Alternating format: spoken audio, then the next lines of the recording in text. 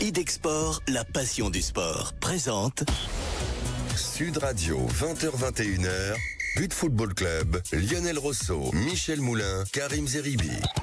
Bonsoir à tous, bonsoir à toutes. Nous attendons depuis jeudi dernier de vous retrouver. Enfin, ça y est, la libération, le plaisir, l'enthousiasme d'être ensemble pour parler vrai, pour parler foot avec But Football Club.fr, le site de référence en compagnie des inséparables. Michel Moulin, bonsoir. Bonsoir messieurs. Karim Zeribi, bonsoir. Bonsoir Lionel. Quel plaisir bonsoir de vous retrouver. Jimmy Algerino est là, bien sûr, indissociable. Bonsoir Jimmy.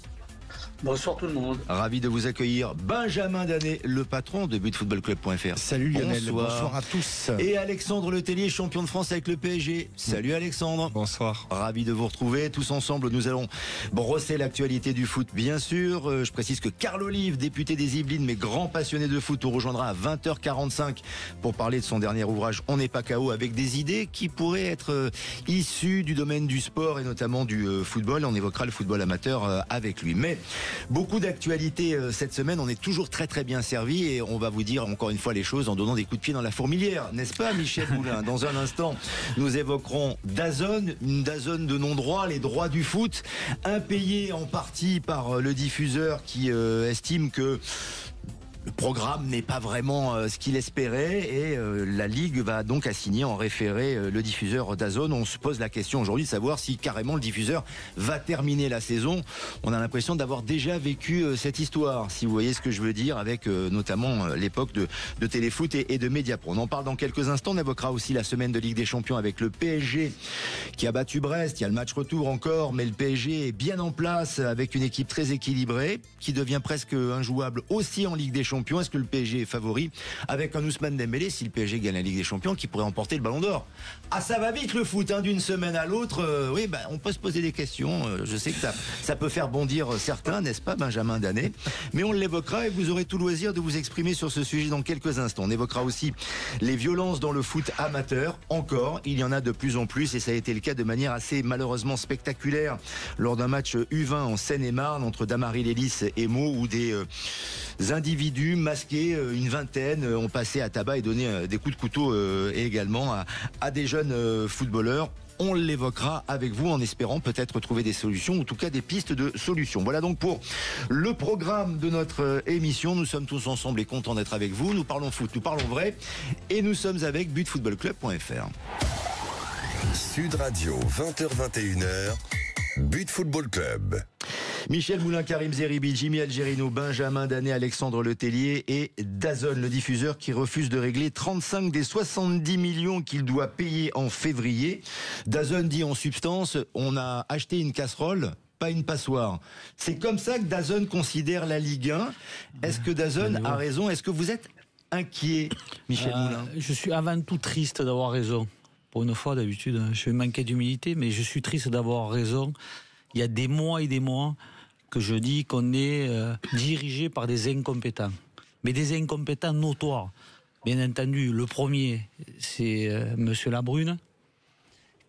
Qu'est-ce qu'il fait encore là dans le foot français? Comment on ne le vire pas? Et je vous expliquerai pourquoi.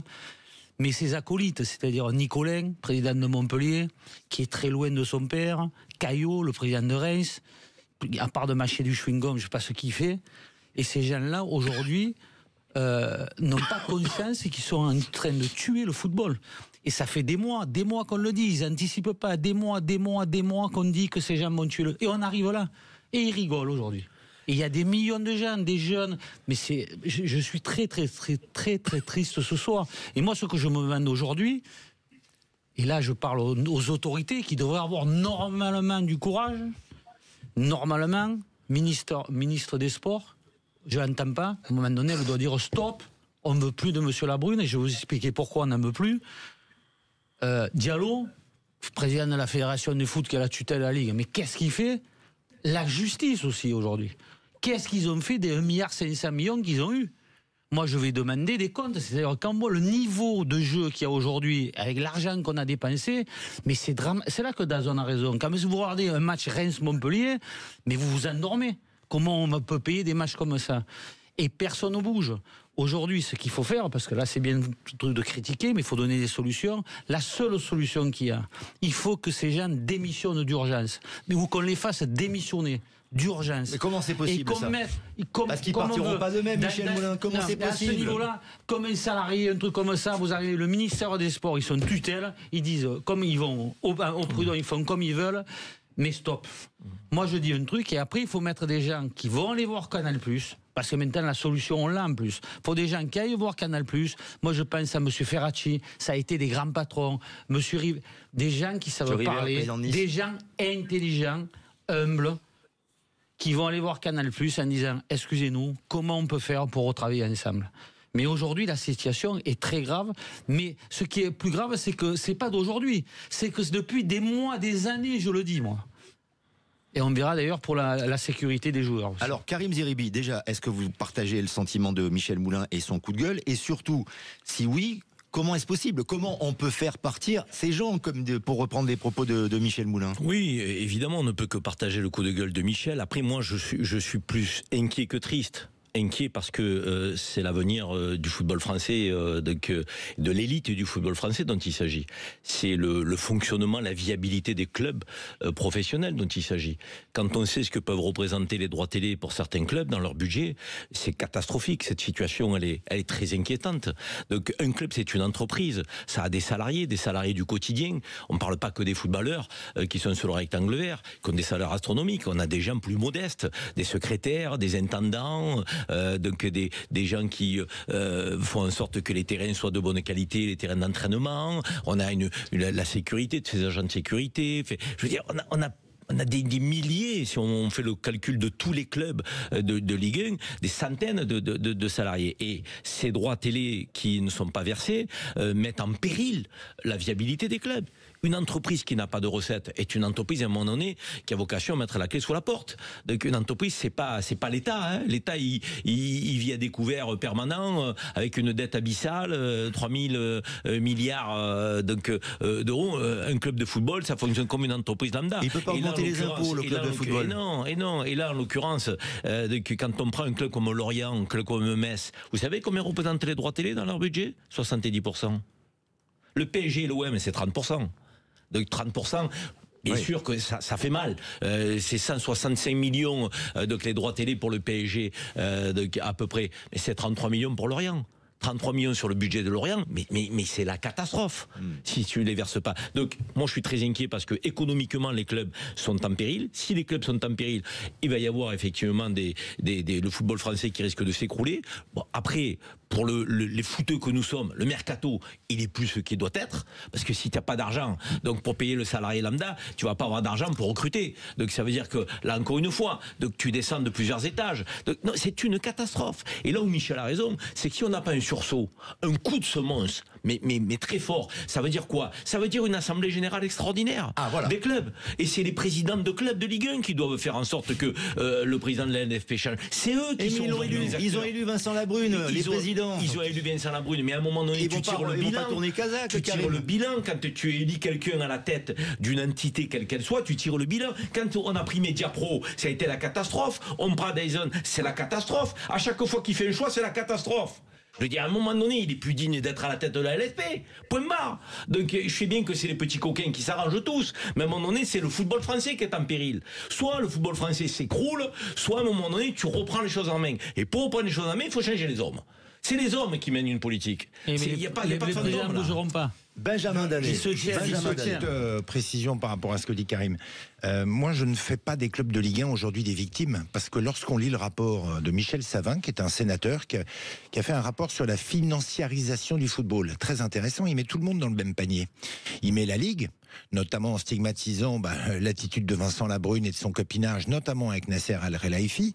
Il stigmatise l'organisation au sein même de la Ligue, mais qu'est-ce qu'il dit sur les clubs ? Il dit que les clubs sont inconscients, que les présidents de clubs ont préparé des budgets avec des recettes télé qui n'existaient pas. Et qu'aujourd'hui, la situation des clubs français, elle est imputable aux présidents, à ceux qui ont fait des choix, et pas à l'arrêt de DAZN. Vous pensez que le foot français allait rapporter 1 milliard ? Oui, non, mais c'est pour ça, c'est ce qu'avait promis Vincent Labrune. Lionel, tant que c'est pas signé, on prépare pas pas un budget avec 1 milliard. Oui, là, mais Ouais, mais tu Non, peux mais pas dire ça. faut anticiper. Tu peux pas faut se dire projeter. parce qu'un chef d'entreprise il est obligé de faire des prévisions. D'accord. Un chef d'entreprise il fait pas toujours qu'avec ce qu'il a à l'instant. Il se donne des perspectives. Et quand tu dis au il se club, trompe entre 1 milliard et 500 millions, Karim. quand tu dis au club comme Lorient, comme Metz, qu'on va avoir des droits télé, donc, et que ces droits télé vont représenter effectivement la somme que j'ai évoquée tout à l'heure dans le budget, tu es obligé à un moment donné pour faire vivre un club. Comment ils font ces clubs-là s'ils n'ont pas le droit télé? Explique-moi. Ils recrutent qui? Il faut quoi? Ils ferment. Non, mais déjà, ils mettent la clé sous la porte. Donc ils sont obligés à un moment donné de. Non, mais il y a une différence. Le problème que tu dis aussi. Et après, vous Jimmy parlez, Algerino. Les présidents, il a raison. Là, Sébastien. Le problème, ils se tiennent tous par la barbichette. Parce qu'ils ont tous trafiqué avec les mêmes agents, avec les mêmes joueurs, tous ces gens-là. Ah, mais c'est Comment tu surtout veux les qu'il les gros qui vive? mènent à la Comment danse, tu vous veux le qu'il les savez, vive aujourd'hui? arrêtez. C'est Eh non, les ils ont une voix pour une c'est les voix. gros qui mènent à Une la voix pour une danse. voix. Pour une Jimmy voix, Algerino, pour une voix. votre Une voix pour sentiment. C'est une comme voix. un géopolitique, ça. Est-ce- C'est les grandes puissances qui mènent à la danse. Est-ce que vous êtes Les inquiet, petits vous pays aussi, suivent. Jimmy Algerino? Laurent Nicolin, c'est pas un gros, c'est exactement gros. pareil. Les Nicolas et Caillot, c'est deux grands présidents, d'après toi? C'est pas des gros clubs. je t'ai pas dit que c'était des grands présidents. C'est un jugement personnel et c'est un jugement de valeur que l'on respecte, mais c'est votre jugement, à vous Michel, à vous Karim aussi, sur la personnalité et les individus en particulier. Mais Jimmy, est-ce que l'inquiétude naît aussi chez vous ou est présente chez vous concernant l'avenir du foot français, de la diffusion? C'est-à-dire qu'est-ce qu'à un moment donné, on va arriver à une fin de non-recevoir où on ne pourra plus voir les matchs pour ceux qui les regardent, hein, bien sûr, puisqu'ils sont assez peu nombreux. Après, moi, je vais pas trop m'aventurer sur ce domaine de la gestion des clubs ou quoi. Moi, ce que je peux dire, c'est que déjà, je trouve qu'on est très dur avec le football et le championnat français. Parce que, même si en Angleterre, le dernier touche plus que, je dirais, le 5e de Ligue 1, mais aller voir un match anglais, à part les 5 premiers, je ne suis pas sûr que le niveau soit bien meilleur. On parle aussi de l'Italie. L'Italie, moi je regarde les tribunes en Italie, et quand je les vois en France, que ce soit en Ligue 2, même en Ligue 2, il y a beaucoup plus de monde dans les tribunes. Donc là où je suis d'accord, c'est sur les présidents qui se tirent une balle dans les pieds. Et je pense qu'il y a une personne sur le plateau qui peut très bien en parler, c'est Alexandre. Parce qu'au lieu de recruter 10, 15 joueurs, de faire du trading, ils ont qu'à prendre les joueurs français, les jeunes, les mettre sur le terrain, les faire jouer, leur faire confiance. Et puis peut-être que ça évitera aussi au président de faire des budgets aléatoires, avec bien sûr des droits de télé qui n'existent pas, mais aussi du trading qui prend une place aussi très importante au niveau du budget. Donc moi en tout cas, ce que j'ai envie de dire, c'est surtout les joueurs français. D'ailleurs, il y en a beaucoup qui partent encore chaque année. Qui coûteraient moins cher que les joueurs étrangers, Jimmy, c'est ça? C'est ce que vous préconisez? Parce que les joueurs français coûteraient moins cher que les joueurs étrangers dans le trading que vous illustrez? Les jeunes, oui. Après, je pense que au niveau des joueurs, là où on se marche un petit peu dessus, c'est qu'il y a beaucoup de joueurs moyens qui gagnent beaucoup trop d'argent, enfin, qui sont bien payés, tant mieux pour eux. Et je pense que là, ils sont surpayés. Mais après, les jeunes et les bons joueurs, il faut en sorte que le championnat soit bon et qu'il est intéressant. Arrêtez de me critiquer en permanence. Ouais, Alexandre Letellier, justement, Jimmy Algerino vous a cité nommément. Vous êtes toujours à la recherche d'un club avec un gardien de très très grand talent. Donc, est-ce que vous vous étonnez aussi de cette situation? Est-ce qu'elle est due à la gestion des présidents des clubs français, selon vous? Ça, en tant que joueur, on peut pas le savoir parce que ce qui se passe à l'intérieur d'un club, c'est pas nous qui prenons les décisions. Mais c'est sûr que quand on voit là tout ce qui se passe, c'est inquiétant pour l'avenir du football français. Inquiétant à quel point pour vous? Comme tout le monde a dit, quand on voit que les clubs, la plupart des clubs français, les droits télé, c'est la plus grosse part de leur budget. S'ils les ont pas, qu'est-ce que les clubs vont devenir? Donc c'est quoi? Franchement, c'est quand on est joueur et qu'on voit ça, on se dit dans combien d'années la Ligue va disparaître, limite. Est-ce que la Ligue 1 fait rêver un joueur de foot? Vous, c'est votre travail, c'est votre boulot, mais est-ce que ça fait rêver la Ligue 1? C'est pour ça qu'il y a si peu d'abonnés, parce que le niveau aussi de la Ligue 1 est en train de se paupériser, est en train de se réduire. Je pense que oui, parce qu'il y a quand même beaucoup de joueurs à chaque fois qu'ils viennent dans ce championnat qui sont étrangers, qui ont fait des belles carrières et qui ont joué dans des gros clubs. Donc si à un moment donné ils viennent ici, c'est que c'est un championnat qui les fait rêver et dans lequel ils ont envie de jouer. On continue. Oui, juste Benjamin Danet et après on marque une pause. Deux petites choses par rapport à ce que disait Jimmy. Moi, je critique pas Jimmy, que les choses soient claires. Je critique pas les matchs, je critique pas même le football français. Je critique les gens qui le dirigent. Quand on constate aujourd'hui qu'il y a Vincent Labrune, même DAZN, parce qu'on n'a pas parlé de DAZN, mais enfin DAZN ferait mieux de quand même de regarder, de balayer devant sa porte, parce que le contenu de DAZN, il est stupéfiant de nullité. Est-ce qu'on parlait du niveau de la Ligue 1 quand Canal retransmettait les matchs? Non, jamais. Est-ce qu'on parlait de piratage quand Canal retransmettait?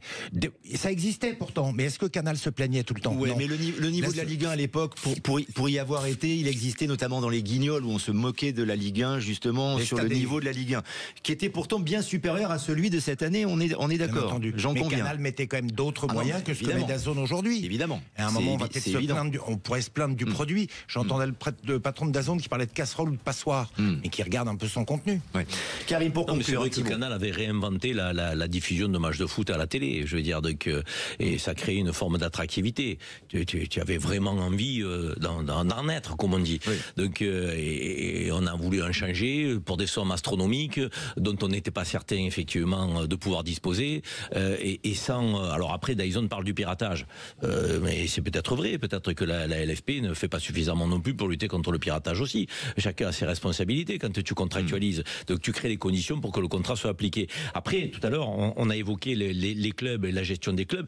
Peut-être que fondamentalement, cette crise-là va obliger à repenser le modèle des clubs professionnels français. Peut-être qu'il y a eu aussi une crise. La preuve que non. Depuis, il y a eu Mediapro, personne n'a changé. Non, mais là, en l'occurrence, on est au bord du précipice. Peut-être qu'il y a une crise de modèle dans la gestion des clubs français et qu'ils vont être obligés d'être, je dirais, moins optimistes avec les droits télé et beaucoup plus rigoureux en gestion. Et Jimmy a peut-être aussi pointer quelque chose, faire confiance aux jeunes Français, donc c'est pas les sous-payer, c'est leur mettre le pied à l'étrier, peut-être plus qu'on ne le fait aujourd'hui dans les clubs professionnels. On se retrouve dans un instant, Sud Radio, butfootballclub.fr. D'autres débats, on va évoquer le PSG dans un instant qui se comporte bien en championnat mais aussi en Ligue des Champions. À tout de suite.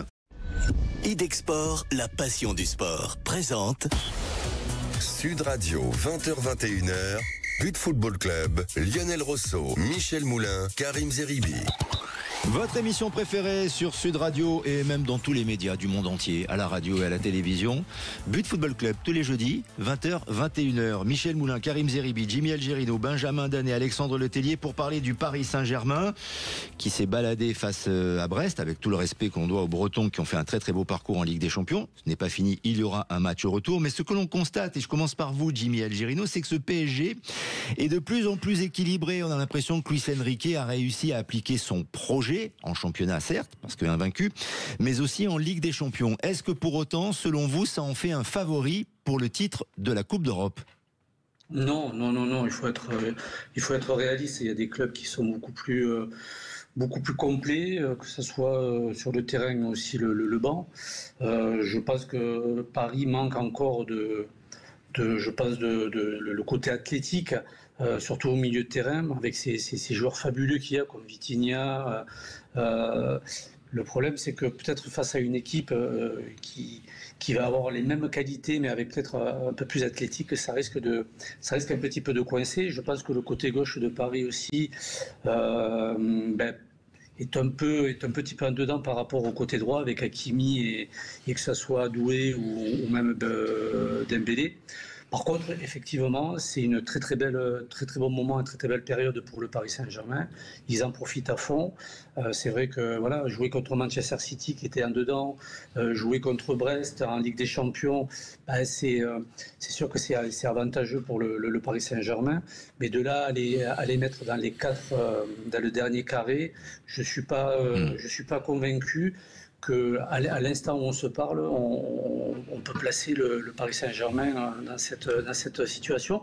Mais en tout cas, ce qui démontre actuellement, et surtout le management de Luis Enrique et le projet est vraiment très très intéressant. Très intéressant. Il est arrivé avec du temps, il est arrivé peut-être à ce qu'il recherchait, avec en plus un joueur qui marche solo actuellement, Ousmane Dembélé, que vous connaissez, Alexandre Letellier. Alors, vous savez, ça va très très vite dans les médias quand on parle de football. Non, mais moi j'ai entendu ça, c'est pour ça que j'ai voulu faire ce débat ce soir.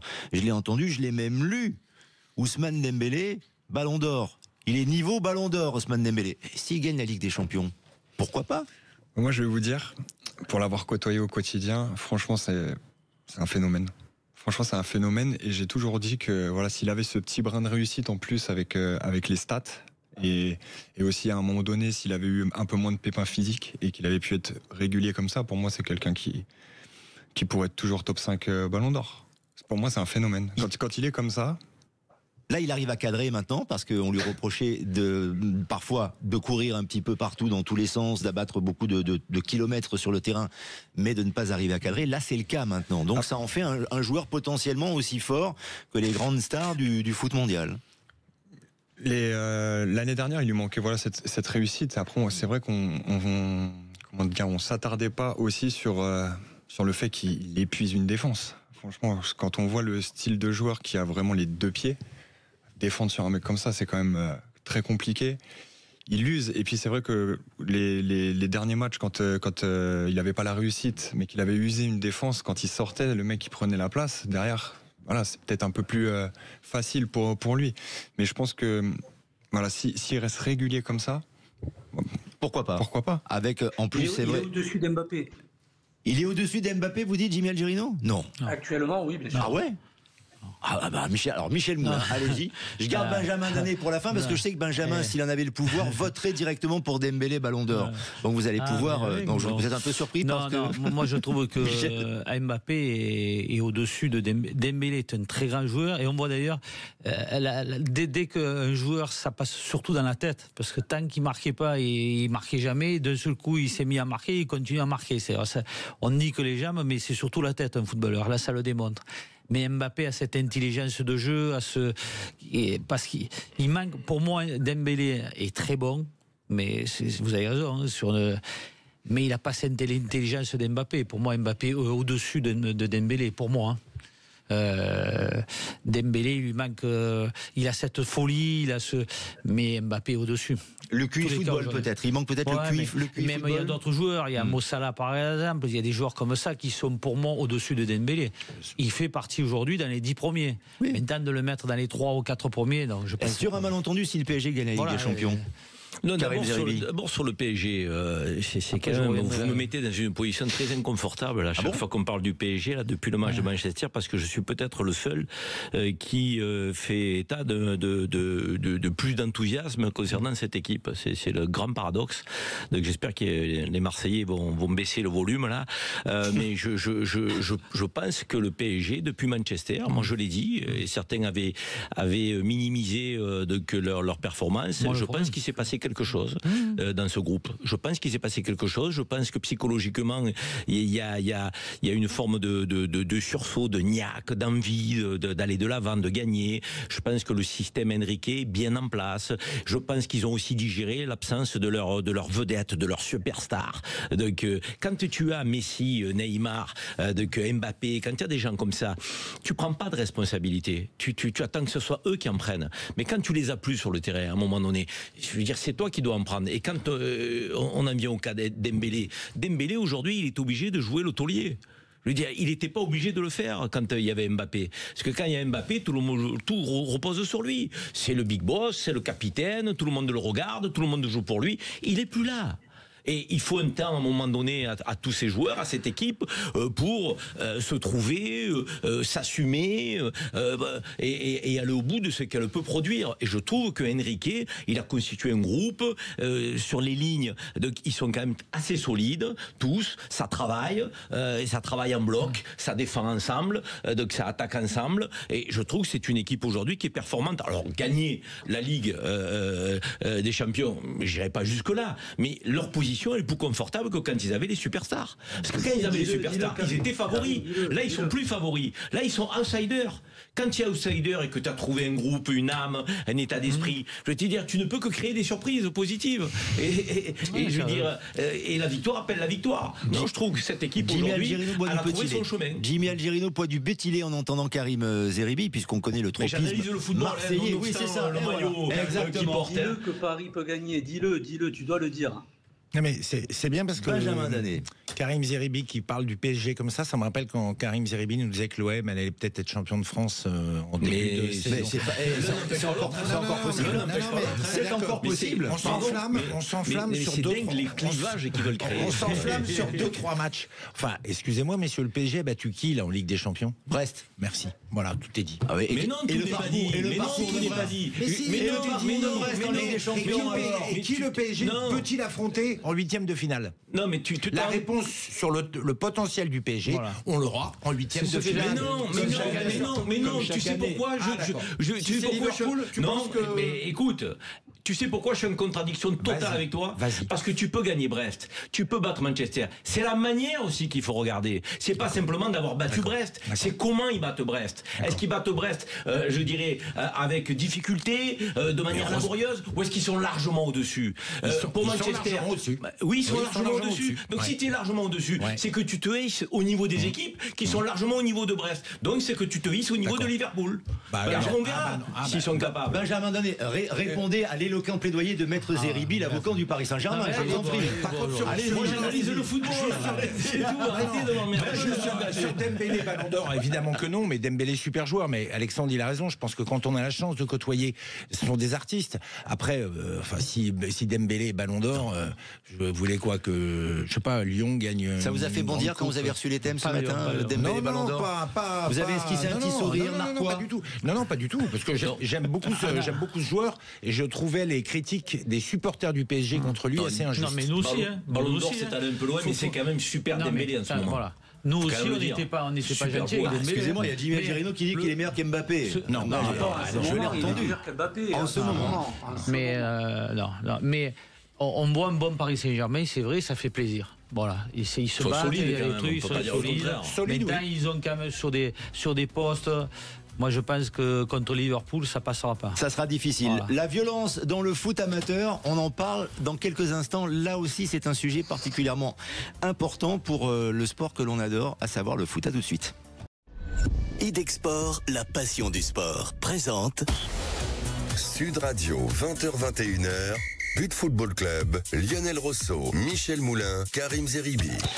Avec Jimmy Algerino, Benjamin Danet, Alexandre Letellier et Carl Olive qui va nous rejoindre dans moins de 10 minutes maintenant. Nous allons évoquer les violences dans le foot amateur. Vous savez qu'on fait la part belle au foot amateur chaque jeudi dans notre émission. Mais là, par le prisme des violences qui sont de plus en plus nombreuses, malheureusement, le week-end dernier, ça a été le cas, notamment en Seine-et-Marne, lors d'un match de U20 entre Damary Lélis et Meaux, avec des individus qui sont entrés sur le terrain, armés, qui ont roué des joueurs de coups. Enfin, il y a eu des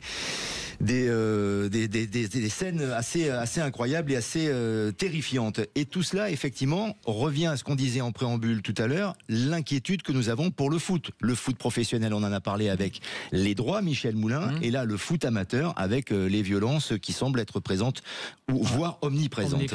Et c'est le même le résultat que je vous disais pour la Brune tout à l'heure, c'est-à-dire que là aussi, il y a 4-5 ans, j'ai organisé des choses avec M. Squarcini, l'ancien patron des Quand vous étiez candidat à la présidence de la FFF. Avec des préfets, j'avais reçu des préfets, parce qu'il faut toujours s'entourer de meilleurs que soi, comme je dis. La sécurité, je ne sais pas faire, donc je m'entoure de gens de très haut niveau pour faire la sécurité. Et on avait un vrai programme pour combattre cette insécurité, en relation avec les sous-préfets, avec les préfets, et avec un genre de j'allais dire télévente, parce qu'à l'époque c'était télévente pour moi dans mon métier, mais des appels où on pouvait appeler des gens en disant voilà, il y a tel problème, ou il va y avoir tel problème. On avait organisé les choses, j'avais fait une présentation de la sécurité dans le foot, et tout le monde a encore rigolé, tout le monde a dit non, mais pas de... Aujourd'hui, qu'est-ce qui se passe? On n'a pas avancé d'un iota depuis. Là, chaque fois qu'il y a un problème, j'ai encore entendu M. Diallo, nous condamnons. Ok, tu condamnes, mais tu fais quoi? Il propose de poser des caméras sur les arbitres. Vous allez voir, la caméra sur les arbitres. C'est peut-être, mais pourquoi il n'a pas fait avant? Depuis qu'il est la vice-président, président, ils sont là depuis 15 ans. Ils attendent quoi? Qu'il y ait un mort, 2 morts, 3 morts, 4 morts? Et ça revient comme tout à l'heure, c'est-à-dire c'est des incompétents encore une fois. Ils prennent pas, ils s'entourent pas de très bons, ils prennent pas les choses au sérieux. Et aujourd'hui, Sanjak, président de la Ligue de Île-de-France, pas de nouvelles. Où il est passé Jamel Sanjak? Comme on l'appelle Riolo, Judas. Il est où, Judas? On ne sait pas. Le mec, il se tue, c'est comme un peu... On revient malheureusement à la vie française aujourd'hui. Le mec se tue, de moins en moins. Personne...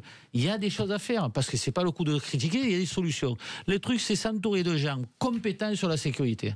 Et trouver les moyens, et que le pauvre président d'un club, il se retrouve pas tout seul dans son club, qu'il puisse prendre son téléphone la veille, parce qu'il va anticiper le problème, parce que on a tous joué, on savait quel problème il y allait avoir le lendemain souvent. 9 fois sur 10, on savait qu'il y allait y avoir des mecs qui allaient arriver. Ouais. Au moins qu'il a le problème, il sait qu'il a. Est-ce que ce n'est pas différent aujourd'hui ? Mais ça amplifie. Ça amplifie. Parce que tout le monde fait l'autruche. Enfin, nous, Karim, on a connu à Marseille. Quand vous aussi, monsieur, quand on venait jouer chez vous, à Vivo-Maroni, on n'était pas bien reçus. Hein. Vivo-Maroni, vous avez toujours été bien reçus à Vivo-Maroni. Toujours. Ce que je veux vous dire, on avait des quartiers. Mais. Voilà, et aujourd'hui, ils font rien. Et ils condamnent. Voilà, ils condamnent. Le décalage entre ce qui se passe et Diallo qui dit on va mettre des caméras sur les arbitres, mais rien que d'entendre ou de dire ça montre le niveau de compétence du président de la Fédé.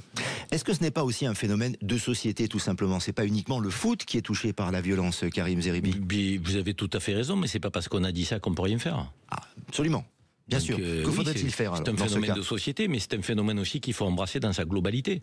Je veux dire, dans les tribunes des matchs de Ligue 1, les bagarres, les insultes racistes, machin et tout, sont du même acabit que ce qu'on voit le dimanche dans les clubs amateurs, avec un comportement qui est inacceptable. C'est du même acabit que quand tu as des gamins avec des parents qui sont des fous furieux sur la touche. Et tu as l'impression que leurs gamins jouent la Coupe du Monde tous les samedis. Ils terrorisent leurs propres petits. Ce sont des inconscients. Donc tout ça, c'est de manière globale que la Fédé doit embrasser cette problématique-là. En rendant au football, c'est l'être de noblesse. Les gamins sont là pour prendre du plaisir, pour s'amuser. Et si un gamin il n'est pas fait pour jouer au football, il faut que les parents le comprennent. Tout le monde n'est pas fait pour être Mbappé. Même s'ils voient leur gamin la tirelire pour s'élever socialement. Donc, à un moment donné, il y a de la pédagogie à faire, de la prévention à faire, il y a de l'éducation à faire à travers le football. Je veux dire, si on le fait pas très tôt, à un moment donné, on a ce qu'on rencontre après dans les divisions supérieures d'adultes ou de jeunes adultes. Mais c'est pas nouveau. Mais à Marseille, on avait des bagarres générales quasiment à tous les matchs, avec des incursions de stade, avec une pression dans les vestiaires. Quand les clubs adverses rentraient, il y avait écrit vaincre ou mourir, il faut choisir. Donc, quand tu es accueilli comme ça le dimanche, alors que tu joues pour t'amuser, il n'y a rien à gagner, je veux dire, un club amateur. Donc, à un moment donné, non, il faut comme on est la Fédé, sorte du bois. Il faut qu'ils arrêtent de rester dans les bureaux. On a des dirigeants de salon. Il faut qu'on ait des dirigeants de terrain. Ouais. Donc ils sont en prise avec le terrain, avec les responsables de ces clubs amateurs qui se lèvent l'âme, les pauvres. On les a nous, tous les jeudis au téléphone. Ils ont 1000 gamins, 500 gamins. Ils te le disent le nombre d'adhérents qu'ils ont. Ils font tout ce qu'il faut, souvent avec des bénévoles, avec des bouts de ficelle et autres. Si tu les aides pas, ces gens-là, ben là encore une fois, donc, on est au bord du précipice. Donc non, je suis désolé, on ne progresse pas là-dessus. Il n'y a pas de campagne, il n'y a pas assez de formation, il n'y a pas assez de sanctions lorsque les gens dérapent. Donc il faut reprendre les choses en main. Tu vois, Karim, charte pour les bénévoles. J'avais proposé ça, une vraie charte pour les bénévoles. Évidemment. Les bénévoles, ils s'en foutent, ils vont même pas leur dire. Jimmy Algerino, est-ce que vous faites les mêmes observations et le même constat ? Oui, mais de toute façon, c'est lié. Quand on voit par exemple que des matchs de Ligue 1 sont arrêtés parce que les supporters font le cirque et qu'à un moment donné, au niveau des instances, il n'y a pas de vraies décisions, de vraies sanctions, mais c'est ce qu'on retrouve au niveau du foot amateur. Tout à l'heure, Michel parlait des bénévoles. Putain, mais au lieu de payer des joueurs qui jouent en Régional 3, mais il faut payer les bénévoles. C'est eux qui vont encadrer. Quand on se déplaçait, c'est vrai, mais il y avait vachement de bénévoles au niveau sur les terrains, dans les stades. Il faut responsabiliser aussi, ne serait-ce que l'équipe qui reçoit.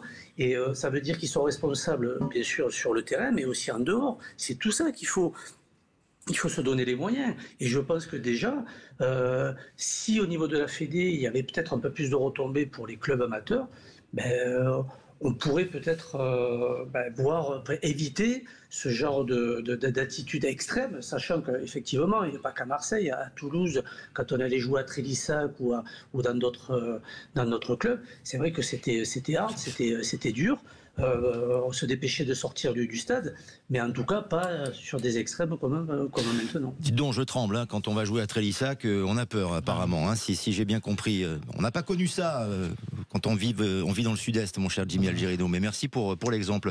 Votre sentiment, vous qui êtes d'une génération, Alexandre Letellier, un peu plus jeune, un peu plus récente, et votre vision du foot amateur. Vous dites, vous nous insultez pas du tout. On est de la même génération. C'est juste Alexandre qui est aussi beaucoup plus jeune. Alexandre, pour conclure sur ce sujet. Des matchs chauds aussi hein, en région parisienne, j'en ai connu un paquet. Surtout que quand tu es au centre de formation du PSG, peu importe qui tu joues, ils veulent tous ta tête. Donc, pour conclure, voilà, il faut que ça s'arrête tout ça, parce que le foot, ça reste un sport et un plaisir. Il faut que ça s'arrête, mais il faut des solutions. Mais il y a des solutions. Et on conclut je pense qu'il y a une triptyque. C'est éducation, prévention, répression. Donc, et il faut mettre en place une politique lisible. Et je suis désolé, quand on a des supporters qui se comportent de manière lamentable, inacceptable, moi je veux des interdictions de stade. Donc avec des préfets qui sachent qu'à un moment donné, tel supporter ne doit pas aller au stade par mesure administrative. Ça existe, ces sanctions. Il y en a. Il faut qu'on l'utilise plus qu'on ne le fait aujourd'hui. On se retrouve dans un instant avec peut-être un homme qui aura des solutions pour les débats que nous avons, puisqu'il le dit, on n'est pas KO. C'est le dernier ouvrage de Carl Olive, député des Yvelines aux éditions Fayard. On en parle avec lui dans quelques instants et on parle foot bien sûr, car c'est un grand connaisseur. A tout de suite sur Sud Radio. Idexport, la passion du sport, présente Sud Radio, 20h-21h, But Football Club, Lionel Rosso, Michel Moulin, Karim Zeribi. Avec Jimmy Algerino, Benjamin Danet, Alexandre Letellier dans votre émission préférée en compagnie de butfootballclub.fr, le site de référence, et notre invité du dernier quart d'heure, ça sera même plus qu'un quart d'heure, Carl Olive. Bonsoir Carl Olive. Bonsoir Lionel, bonsoir messieurs. Plaisir de vous retrouver. Bonjour la parité à Sud Radio. Pourquoi? Vous trouvez qu'il n'y a pas assez de femmes? Non, je trouve qu'il y a beaucoup de Marseillais. Vous voyez. Alors, officiellement, il n'y en a que deux sur le plateau. Il y a des accents chantants, mais il y en a vraiment que deux. Karim et moi. Une remarque raciste, ça. Ça, c'est la patte gauche lavalloise qui. Voilà, là on parle entre gens qui connaissent bien le football et qui ont joué à très très bon niveau. Ça a été le cas de Karim, de Michel, évidemment, Benjamin aussi. À Saint-Etienne dans les années 70. Vous ne pas? Ah oui, dans les années 70. Vous étiez avec les Verts, vous aussi, avec le short noir. Voilà, Alexandre Letellier, Jimmy Algerino, évidemment, on ne les cite pas. Et surtout Carl Olive, qui est un excellent joueur de foot, qui est le champion de la lucarne. Vous savez, ce jeu où il faut mettre le ballon dans la petite fenêtre. Ça, Carl Olive, il parvient parfaitement. Président de club, président du Variété Club de France, vous l'avez été à Poissy notamment, et député donc des Yvelines, avec votre dernier ouvrage et des idées également pour la société, pour relever la France. Carl Olive, en fait, comme le foot est le miroir de la société, pour relever aussi le football amateur, les populations, avec donc aux éditions Fayard, le livre que vous signez, On n'est pas KO. Est-ce que vous avez le sentiment que le foot, aujourd'hui, le foot amateur, est KO ou sur le point d'être KO? Est-ce qu'on peut trouver des solutions dans votre ouvrage, Karl? Bon, alors d'abord, cher Lionel, je suis très heureux d'être là et aussi très ému de retrouver les amis autour de la table. Et je veux faire un clin d'œil particulier à Jimmy Algerino, parce que Jimmy, à l'époque où je suis jeune journaliste à Saint-Germain-en-Laye, me permet de rentrer dans le giron de l'équipe de Michel Denisot. On faisait les matchs le matin de Ligue de Champions. Et c'est grâce à Jimmy que j'ai pu rencontrer Michel Denisot dans son bureau. Je m'en souviendrai toujours, évidemment. Et l'aventure à Canal a démarré comme ça. Oui, puisque vous avez fait carrière à Canal, on le rappelle, vous avez même été directeur des sports de Canal. C'est ça. Voilà. Et puis, je salue, on parlait du foot amateur. Moi, je sais d'où je viens et je sais aussi ce que le foot amateur doit à Michel Moulin. Parce que dans les années 2000, Michel, lorsqu'il était PDG de Paris Vendu, parrainait complètement, notamment, un certain nombre de clubs amateurs. Certains où on a totalement perdu la mémoire. Et moi, je me souviens que l'AS Poissy, notamment, a eu un grand partenaire qui était Paris Vendu. Et Michel avait fait quelque chose de très bien. C'est qu'il avait parrainé complètement la Coupe de Paris. Et moi, j'avais dit à mes joueurs, et c'est pas compliqué, Michel Moulin donne 10 000 euros, les 10 000 euros, vous les avez dans vos poches intégralement, à une condition, c'est que vous gagnez la Coupe de Paris. et on a gagné la Coupe de Paris. Bon, une fois qu'on a dit ça, je vous trouve très excessif, pardonnez-moi messieurs, sur le calque que vous avez donné tout à l'heure. C'est-à-dire à quel sujet ? C'est-à-dire que je rejoins ce que vous dites, Lionel, c'est-à-dire qu'aujourd'hui, le football, pour moi, est un creuset sociétal.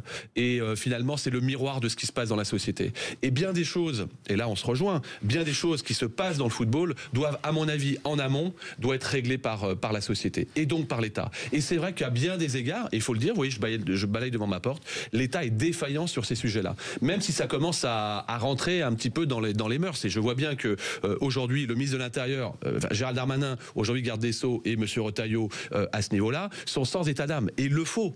Moi, je dis souvent que finalement, le sport en général, le football en particulier, mais en termes de politique, ce devrait être la même chose. Dans le sport, quand vous faites une faute, vous êtes sanctionné. Ça peut être un coup franc, loi 12, j'ai été arbitre, ça peut être un penalty, loi 14, ça peut être un carton jaune, vous restez sur le terrain. Michel Moulin avait imaginé faire un carton blanc, ça commence à entrer, vous passez 10 minutes, d'ailleurs comme au rugby ou en handball, ou alors c'est l'exclusion, mais il y a une sanction. Et dans le football, les lois, elles sont pas interprétées, elles sont appliquées. Bon, c'est ce qu'il faudrait d'abord qu'on fasse au niveau de la politique. Et ça, il faut le dire très clairement. Et c'est ce que j'explique un petit peu dans mon bouquin, On n'est pas KO. Qu'est-ce qu'on explique ? Tout simplement que, à mon sens, aujourd'hui, notamment le sport, est un creuset, un catalyseur social transversal à nul autre pareil. Où on trouve aujourd'hui l'éducation ? L'éducation familiale, regardez ce qui se passe un petit peu dans notre société, on voit bien qu'elle est chancelante. Et il y a un maximum de parents qui essayent de faire le nécessaire. Et c'est compliqué. Les mamans qui sont seules aujourd'hui, c'est compliqué. Donc on a une espèce de défaillance de l'éducation familiale telle que nous, je crois pouvoir le dire, autour de la table, on a pu avoir cette éducation à l'époque où les valeurs étaient inculquées. Aujourd'hui, elle est un peu en dilettante. L'éducation nationale, mais l'éducation nationale fut un temps, on entrait dans la classe, tout le monde se levait. Aujourd'hui, c'est pas ça. Aujourd'hui, on en est même à imaginer mettre des policiers dans les salles de classe pour savoir s'ils vont protéger l'enseignant, si jamais il y a quelqu'un qui va lui mettre une gifle, l'insulter, etc. On en a été là, à un moment donné, dans les pistes de réflexion. Donc on voit bien que c'est aussi des choses qui sont défaillantes. Qu'est-ce qui reste aujourd'hui en termes de discipline, de citoyenneté ? Eh bien, il reste le sport. Parce que quand vous faites un match de football, vous êtes imbibé aux règles du jeu. Quand vous êtes dans le judo, vous êtes imbibé par le respect de l'adversaire. Et encore aujourd'hui dans le sport, et il me semble, on vous dit bonjour, au revoir, merci. C'est vraiment pour moi un catalyseur exceptionnel. On devrait plus s'appuyer sur le sport. Qu'est-ce qui se passe aujourd'hui ? On a des défaillances. Mais ce qui s'est passé à Damaris, à Damaris-Léris, où il y a eu cette attaque aux armes blanches. Moi-même, ici à Poissy, et Dieu sait si ce club que Michel et que la patte gauche lavalloise a bien connu, mon ami Karim Zeribi, on a été en National 2, on a fait des épopées en 16e de finale de la Coupe de France. C'était vraiment un bastion, le club de Poissy. Aujourd'hui, on est en première division de district, on a des difficultés financières, et on a systématiquement, depuis le début de saison, 3 cambriolages, et on a des tentatives d'incendie, et on a des présidents qui sont menacés, insultés, et qui démissionnent. C'est ça la société que nous voulons ? Eh bien non. Mais comment, Carl Olive, intégrer et incarner les valeurs que vous défendez, que vous préconisez dans celles du sport et du football, quand les sportifs eux-mêmes et les footballeurs surtout ne montrent pas l'exemple ? On le voit, et les dirigeants également. Quand je dis les footballeurs, ce n'est pas uniquement les joueurs, ce sont aussi les dirigeants et les présidents. Comme le dit Karim à juste titre, à un moment donné, ce serait bien qu'on ait, mais à l'image de la société, moi je veux pas stigmatiser, des dirigeants de terrain plutôt que des dirigeants de salon, et parfois des élus de terrain plutôt que des élus de salon. Il faut dire les choses. Et à un moment donné, on applique les règles, on ne les interprète pas. Et ça, c'est important. À mon sens, aujourd'hui, et je l'ai entendu, quand un supporter fait l'imbécile, quand un parent autour du terrain vient insulter, parfois frapper les éducateurs, les entraîneurs ou parfois même les arbitres, oui, c'est interdiction de stade. Et parfois à vie. Et là-dessus, il faut qu'on soit sans état d'âme. J'avais fait une proposition pour que les amendes, notamment sur les supporters violents, soient démultipliées. Parce qu'à un moment donné, quand on brandit la menace du porte-monnaie, je peux vous dire que ça fonctionne, y compris quand on gère des collectivités ou gère des villes comme j'ai pu le faire avec un immense honneur et de passion à Poissy. Mais si on ne prend pas la mesure de cela, alors faut pas rêver. L'image de la société sera aussi délétère que celle, malheureusement, qu'on connaît aujourd'hui dans le sport en général et malheureusement dans le sport en particulier, parce que, avant de laisser peut-être la parole, je suis un peu bavard, mais je suis content d'être là. Ce qui se passe aujourd'hui dans le sport, on le voit bien. Et puis vous avez un truc qui s'appelle les réseaux sociaux. C'est le tribunal de la haine, des vomis. Et parfois, ça entraîne malheureusement des catastrophes. Et je le vois bien. Je le vois, moi, parce que je connais très très bien Poissy. Et puis si ça continue, on va filer les clés à des gens qui viennent pourrir la majorité de celles et ceux qui veulent faire juste un truc, taper dans un ballon, faire des jonglages et faire une lucarne. 20 initiatives concrètes dans votre ouvrage On n'est pas KO aux éditions Fayard. Je renvoie évidemment nos auditrices et nos auditeurs, mais on poursuit le débat sur cette thématique qui est très intéressante et ce parallèle, Karim Zeribi, entre le sport, le foot notamment, puisque c'est le sujet de notre émission, et notre société et la politique qui doit être menée dans sa globalité. Oui, bien sûr. Moi, je suis content que Karl soit là avec nous aujourd'hui, parce que c'est un élu de terrain. C'est un élu qui sait ce que vivent nos compatriotes, nos concitoyens. Il a été maire, il a fait des choses concrètes.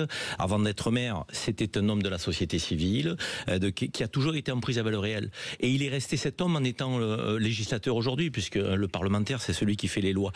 Et je regrette un peu qu'on ne choisisse pas pour constituer notre gouvernement aujourd'hui français des femmes et des hommes qui soient en prise avec le réel et le terrain. Parce qu'un Carl Olive, demain ministre des Sports, à l'évidence, il prendra des initiatives par rapport à ce qu'il a connu, par rapport à ce qu'il anime, par rapport à ce qui lui semble nécessaire pour faire progresser le sport en général et le football en particulier, qui est un sport de masse que plébiscité aujourd'hui. Après, là où Karl, je trouve que tu es à ton tour un peu sévère avec nous, c'est que tu sembles dire que tout repose sur l'État en exonérant les instances représentatives. Karl, les instances représentatives du sport doivent être force de proposition. Si elles ne sont pas force de décision, elles doivent être force de proposition. Je suis désolé, j'entends pas assez le président de la Fédération française de football faire des propositions, prendre la parole, venir dans les médias. Tu connais bien ce monde-là. Donc il pourrait à un moment donné, pour des ministres des Sports qui sont un peu lymphatiques, pour pas dire absents, il pourrait les secouer, faire des propositions, dire voilà, nous on a besoin de ça dans le football amateur, on a besoin de ça pour que le football retrouve ses lettres de noblesse, pour lutter contre la violence, pour favoriser l'éducation, pour une meilleure redistribution. Mais la charte des bénévoles, peut-être que c'est pas du domaine de la FFF, mais il peut le proposer au ministère des Sports. Où il est le président de la Fédé? Moi, j'entends pas assez. L'homme, j'ai pas de problème avec lui, évidemment. Mais je me dis, ces voix du football, ces instances représentatives, où sont-elles aujourd'hui? Je rebondis Benjamin Danet, et Karl Olive va pouvoir répondre. Qu'a fait la Ligue de football professionnel pour mettre autour de la même table des supporters, des ultras, pour parler, pour échanger, pour essayer de faire avancer le débat? Aujourd'hui, il n'y a qu'une chose, c'est la commission de discipline, des matchs dans des stades vides, des amendes, et ils ont totalement raison. Qui discute? Qui fait des propositions? Je rejoins complètement ce que dit Karim. On a l'impression que c'est un mur et qu'il ne se passe rien. La réponse de Karl Olive. Oui. D'abord, monsieur Danet, merci. J'ai bien écouté la première partie et j'aime la lecture que vous avez, l'approche que vous avez pragmatique du regard que vous avez sur le sport en général et le foot en particulier, et on se connaît pas. Alors j'ai un bel exemple à vous donner. Quand je fais la proposition, c'était ce match, je regarde Michel et Karim, entre Nice et l'équipe d'OM, où il y a Payet qui prend, etc. Et moi, je m'insurge par rapport à ça pour deux raisons. D'abord, parce que qui prend la décision de dire on continue pas? L'arbitre, le préfet qui est dans le stade ou ses représentants, ou le représentant de la Ligue de football professionnel. Donc déjà, il se passe 45 minutes.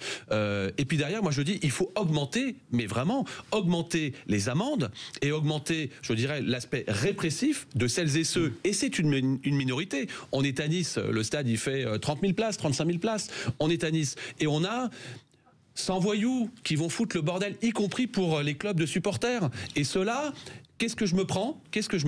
Une demi-page dans Le Monde pour me dire on a été saisi par l'ANS. Alors moi je suis en plein dans mon rapport sur le sport qui fait nation pour notre beau pays. Je me dis l'ANS, j'ai auditionné l'ANS, l'Agence nationale du sport. Ils sont quand même pas en train de me rentrer dans la gueule. Ah ben je m'étais trompé. C'était l'Agence nationale des supporters. L'Association nationale des supporters. Représentée par un avocat qui s'appelle Maître Barthélémy. Alors je ne connais pas ce monsieur, mais ce que je peux vous dire, et vous savez ce qu'on me reprochait, c'est que j'étais en conflit d'intérêts de faire cette proposition parce que je suis administrateur de la Ligue de football professionnel. Donc j'entends ce que vous dites, mais nous on n'a aucun problème à se retrouver autour d'une table. Mais si chacun reste dans son couloir et si on trouve un problème à chaque solution, alors on va avoir des difficultés à trouver une solution à chaque problème. Donc ça c'est une première réponse. La deuxième chose où je vous rejoins, c'est que je pense qu'aujourd'hui on a des moyens malgré tout. Alors le budget des sports, vous le savez, c'est 0,3% du budget total de l'État. Mais quand même, il y a quand même des moyens. Il nous faut absolument avoir une traçabilité sur la ventilation des données publiques qui sont données, tant au niveau de la Ligue de football professionnel, à l'endroit des clubs.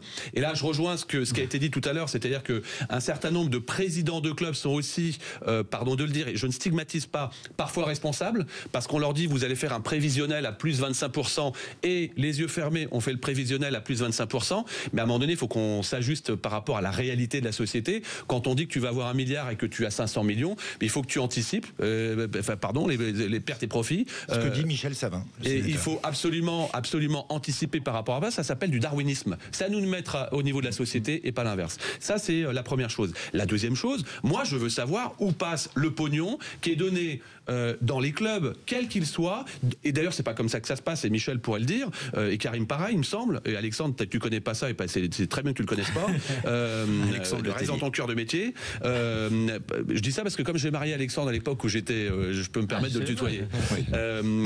Non, mais le truc, c'est moi, je veux savoir où passe le pognon. Il a tout fait, je veux savoir la Ligue de football parisienne, comment est ventilé l'argent en direction des clubs amateurs. Je veux savoir à Bordeaux-Aquitaine comment sont ventilés l'énorme argent qui est donné par la Fédération française de football. Aujourd'hui, sur la traçabilité, on a un gros problème. Donc on a un grand trou dans la raquette. Pourquoi ?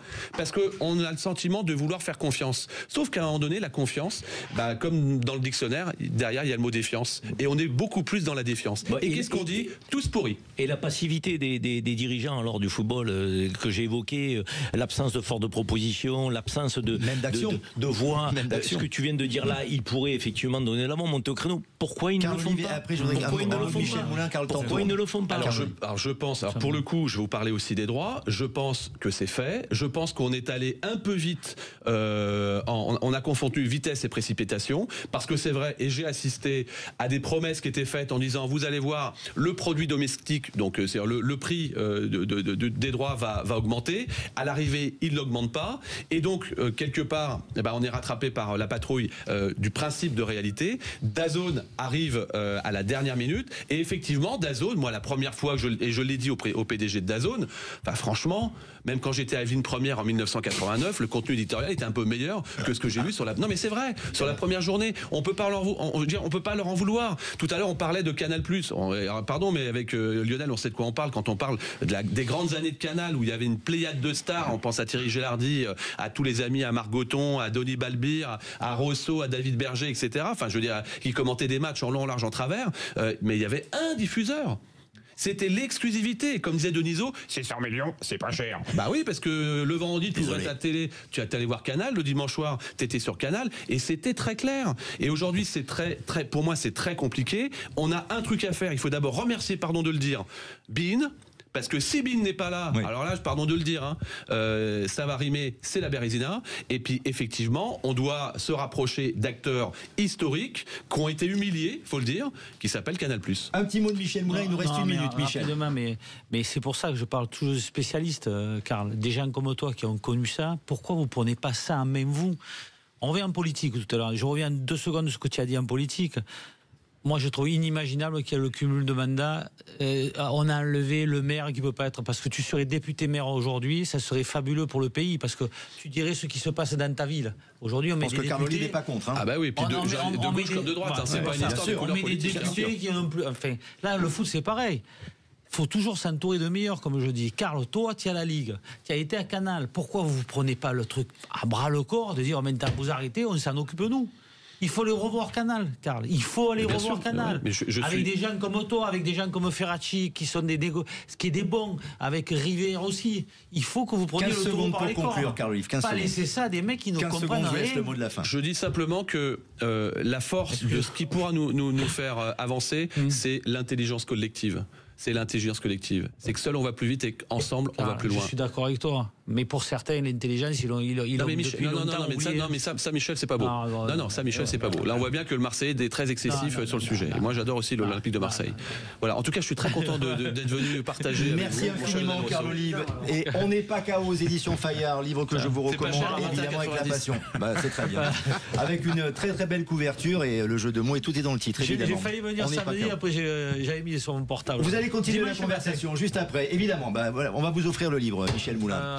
On se retrouve jeudi prochain, évidemment, pour notre émission. Et c'est Jacques Pessis dans quelques instants. Merci à tous. Merci. C'est très intéressant. Sud Radio, 20h-21h. But Football Club, Lionel Rosso, Michel Moulin, Karim Zeribi. Avec Idexport, la passion du sport.